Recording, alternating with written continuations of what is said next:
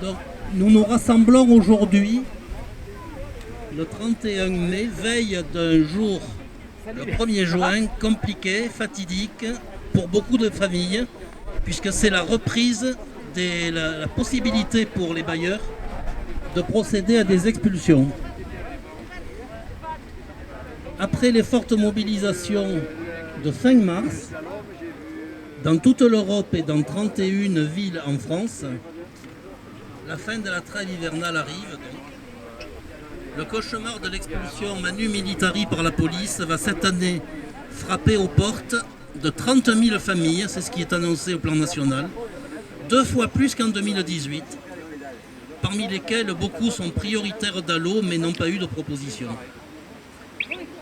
Au moins, c'est le remonté des associations, au moins 130 000 familles en France ont reçu un jugement d'expulsion. Elles sont déjà sous la pression des huissiers et des commissariats. Locataires, or nous sommes dans une situation quand même particulière, locataires, occupants, occupantes, accédants, éreintés par le logement cher et par la mise à l'arrêt de pans entiers de l'économie, sont encore plus nombreux à ne plus pouvoir payer leur loyer ou leur traite, à être assignés ou bientôt au tribunal pour expulsion.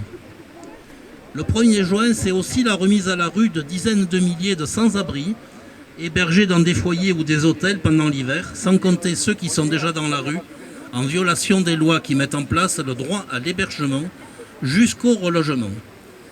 La France compte plus de 300 000 sans-abri en hausse constante. C'est aussi les coupures d'énergie, souvent à distance maintenant, pour celles et ceux qui ne peuvent plus payer leur facture. Des millions de personnes de tous âges, travailleurs ou non, salariés, indépendants, avec ou sans papier, sont durement touchés par l'arrêt de secteurs économiques entiers.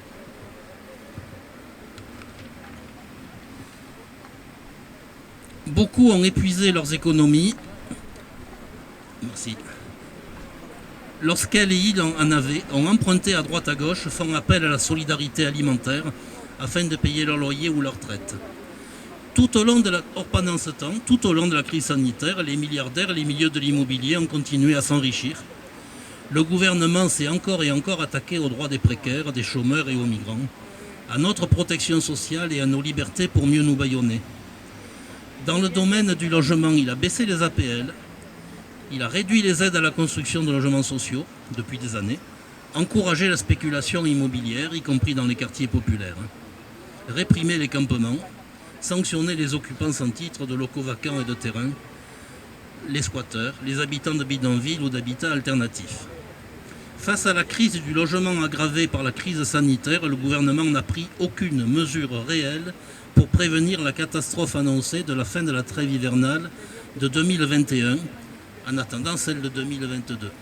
Nous avions interpellé le préfet il y a déjà plus d'1 an, en lui disant « Attention, la situation est extraordinaire, on nous le dit tous les jours, mais aucune mesure réelle n'a été prise pour aider les familles. » Nos revendications, un logement abordable, stable, décent, durable et écologique pour tous et toutes sans discrimination.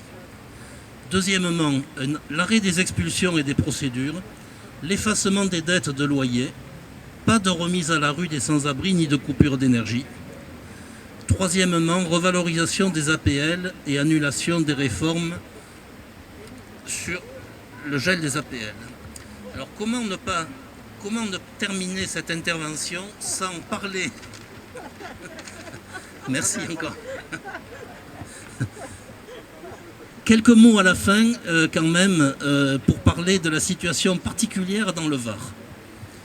Dans le Var où nous sommes un des départements dans la région PACA qui compte le moins de logements sociaux. La loi SRU qui oblige les collectivités, les communes à avoir dans leur parc de logements 25% de logements sociaux n'est absolument pas respectée dans le Var. C'est la situation la pire en France, avec les Alpes-Maritimes et globalement la région PACA.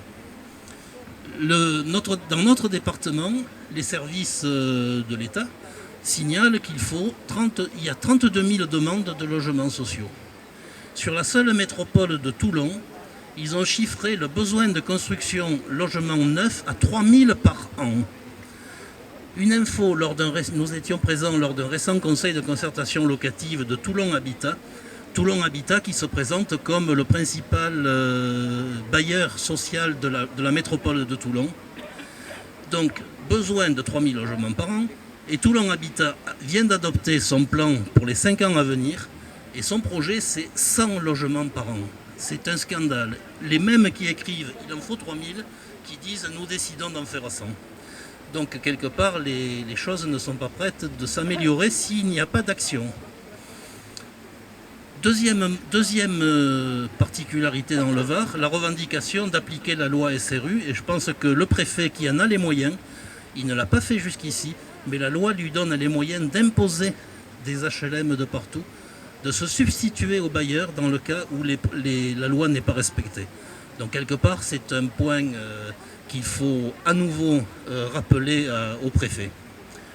Enfin, une mention particulière sur la Seine, parce que nous savons que la situation sociale est particulièrement grave sur cette commune. On nous dit que les impayés sont plus importants qu'ailleurs. On a entendu parler, alors que la moyenne sur Toulon est de l'ordre de 4%. On nous a dit une fois 15% d'impayés sur la Seine, on nous a dit une fois 22%.